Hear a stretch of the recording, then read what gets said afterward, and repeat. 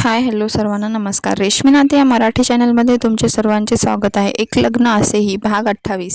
त्यांना त्यांच्या कर्माची फळं भोगावी लागणार, पण त्याआधी आईला ट्रीटमेंटसाठी अमेरिकेत पाठवणं महत्त्वाचं आहे. सगळी डॉक्युमेंट तयार कर आणि 4 दिवसात पासपोर्ट तयार झाला पाहिजे. मेडिकल इमर्जन्सीमध्ये काम लगेच होऊन जाईल, देवांश म्हणाला. Yes boss. राजू कॅबिन बाहेर निघून गेला. मग देवांशने एक फोन लावला. हॅलो, मी देवांश सरपोजदार बोलतोय. मला सईच्या ॲडमिशनबद्दल बोलायचं होतं, देवांश म्हणाला. येस सर, बोला ना.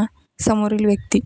मला तिचं ट्रान्सफर सर्टिफिकेट हवंय, देवांश म्हणाला. सर, तुम्ही कोण? त्यांचे समोरील व्यक्ती. शी इज माय वाईफ, देवांश म्हणाला. ओ, त्यामुळेच त्या रेग्युलर कॉलेज करत नाहीत. त्यांची फीस पण बाकी आहे, समोरील व्यक्ती. मी पूर्ण फी लगेच देईन. मला लगेच ट्रान्सफर सर्टिफिकेट हवं आहे, देवांश म्हणाला. सर, असं मध्येच ॲडमिशन ट्रान्सफर करण्यापेक्षा सेकंड सेमिस्टरमध्ये ट्रान्सफर करा, कारण आता एक्झाम लगेच आहेत, त्यामुळे तुमचंच नुकसान होईल, समोरील व्यक्ती. ठीक आहे, पण एक्झामनंतर मला लगेच ट्रान्सफर सर्टिफिकेट पाहिजे, देवांश म्हणाला. तुम्ही येऊन एक ॲप्लिकेशन द्या, लगेच मिळून जाईल, समोरील व्यक्ती. देवांशने फोन ठेवून दिला आणि एका नामांकित कॉलेजमध्ये तिचं ॲडमिशन फिक्स केलं. मध्येच ॲडमिशन घ्यायचं म्हणल्यावर डोनेशनसुद्धा भरपूर होतं. सेकंड सेमिस्टरमध्ये तिची सीट बुक केली. सई आईला भेटून सरळ ऑफिसमध्ये आली. दोघे मिळून घरी जाणार होते. देवांश आणि राजू त्यांचं काम करत होते आणि या मॅडम त्यांना बोर होत होतं. थोड्या वेळाने राजू कॅबिन बाहेर निघून गेला. देवांशने सईवर नजर टाकली. तिच्या चेहऱ्यावर ती बोर होतीये हे स्पष्ट जाणवत होतं.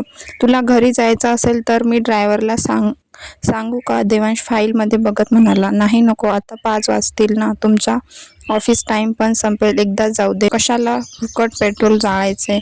सई एखाद्या टिपिकल बायकोसारखी म्हणाली. त्याला हसूच आलं. तिला कधीच त्याच्या श्रीमंतीचा फायदा घ्यावा असं वाटत नाही. उलट प्रत्येक गोष्टीत काटकसर करायची ती. मग त्याने हो मध्ये मान डोलावली आणि कामात लक्ष घातलं. घरातील काम आवरून सई रूममध्ये आली. देवांश टेबलवर लॅपटॉप उघडून बसला होता. देवांश, किती काम करता? तुम्हाला बोर होत नाही का? ऑफिसमध्ये पण तेच, आता घरी पण तेच. सई दुधाचा ग्लास त्याच्या समोर ठेवत म्हणाली. सई, मी देवांश सरपोजदार आहे, एक सक्सेसफुल बिझनेसमॅन, त्यामुळे अपडेट राहावं लागतं, देवांश लॅपटॉपमध्ये बघत म्हणाला.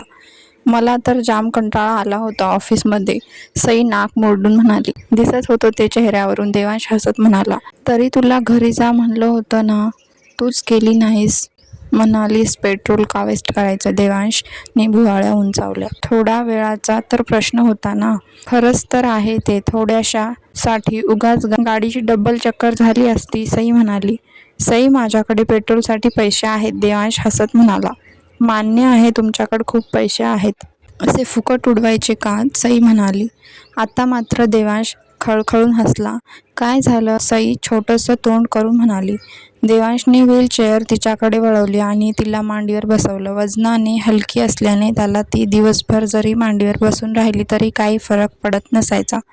तुला कधी वाटलं नाही का, आपला नवरा एवढा श्रीमंत आहे तर त्याचे पैसे उडवावे, शॉपिंग करावी, फिरावं, देवांश म्हणाला. अजिबात नाही, सई म्हणाली. का, देवांश म्हणाला. कारण ज्याची गरज आहे ते सगळं आहे माझ्याकडे. माईने लग्नात किती कपडे दागिने दिले आणि आई म्हणते पैसा जपून वापरावा, उगाच आहे म्हणून उधळण करू नये. काय माहीत पुढे कशी परिस्थिती येईल, सई निरागसपणे म्हणाली. आईने तर खूप काही शिकवलं आहे. म्हणजे माझे पैसे आता पडून राहतील, देवांश तिच्या चेहऱ्याकडे बघून म्हणाला. पडून का राहतील? आपली मुलं होतील तेव्हा कामी येतील ना, सई बोलून तर गेली आणि लक्षात येता दाताखाली जीभ चावली. काय म्हणालीस, आपली मुलं? देवांश मुद्दाम मुलं या शब्दावर जोर देत म्हणाला आणि ती कमालीची लाजली. तिने त्याच्या टी-शर्टमध्ये चेहरा लपवला. वेडी, देवांश हसत म्हणाला. त्याच्यासोबत आयुष्याची किती सुंदर स्वप्ने पाहिली होती तिने. घर, संसार, नवरा, मुलं, बस एवढंच हवं होतं तिला. जास्त मोठ्या अपेक्षा ठेवल्याच नव्हत्या तिने. सई, देवांश म्हणाला. हा, सई म्हणाली. माझी इच्छा आहे की तू तुझं शिक्षण पूर्ण करावं, देवांश तिच्या केसातून हात फिरवत म्हणाला. ते तर करत आहे मी, सई म्हणाली. पण घरी सगळी काय म्हणतील, सई म्हणाली.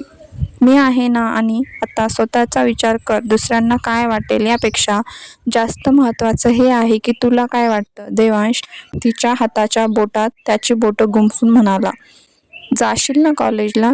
देवांश म्हणाला. तिने हसत हो मध्ये मान डोलावली. गुड गर्ल असं म्हणत त्याने तिच्या हातावर ओठ टेकवले.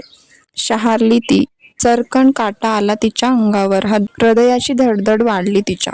जाणवलं त्याला. गालात हसला तो. त्याने पुन्हा हळूच तिच्या हातावर ओठ टेकवले. चेहरा तिच्या गालाजवळ आणला. भीतीने हृदय तर धडधड करतच होतं. आता अंग पण थरथरायला लागलं तिचं. काल तर तिने स्वतःहून त्याला किस केलं होतं, पण तेव्हा तिला कळालंच नाही. पण आता या भावना खूप गोड होत्या तिच्यासाठी. पोटात फुलपाखरे उडायला लागली होती. त्याने तिच्या गालावर त्याच्या ओठांनी स्पर्श करताच तिने त्याचं शर्ट हातात पकडलं. त्याने हाताच्या बोटांनी तिचा चेहरा हलका वर केला. डोळे बंद केले होते तिने. ओठ थरथरत एकमेकांपासून विलग झाले होते. ते रसरशीत ओठ चाखण्याचा मोह त्याला झाला. आवर घातला त्याने मनाला. उत्तेजित होणाऱ्या भावना लगेच कंट्रोल केल्या. तसा संयमी होता तो. त्याने हळूच तिच्या कपाळावर ओठ टेकवले. सईने डोळे उघडले आणि त्याच्याकडे बघितलं. माझी लिमिट सध्या इथपर्यंत आहे. तिच्या गालावर हात ठेवला त्याने. याच्या पुढे जाण्यासाठी तुझी मर्जी पण तितकीच महत्वाची आहे. देवांश तिच्या चेहऱ्यावरून केस बाजूला करत म्हणाला. If you not comfortable then don't. Devansh गालात हसत म्हणाला. त्याच्या विचारांचा खूप अभिमान वाटला तिला. एक बायको म्हणून त्याने तिच्याकडे काहीही डिमांड केली असती तर तिने ती पूर्ण केली असती. पण त्याला त्यात तिची संमती हवी आहे हे पाहून खूप सुखावली ती. मग पुढाकार घेत तिने चेहरा हलका वर केला आणि त्याच्या ओठांवर ओठ टेकवले. कोणत्याही नात्यात एकमेकांच्या विचारांचा आदर असला पाहिजे. प्रणय हा प्रेमाचा एक भाग आहे. त्यात दोघांची संमती असणे आवश्यक आहे. तसंच त्याचा आनंद येतो आणि प्रेम फुलतं. समोर काय झाले पाहूया पुढील भागात. हा भाग कसा वाटला कमेंट करून नक्की सांगा. नवीन असल्यास आपल्या चॅनलला सबस्क्राईब करायला विसरू नका. भेटूया पुढील भागात.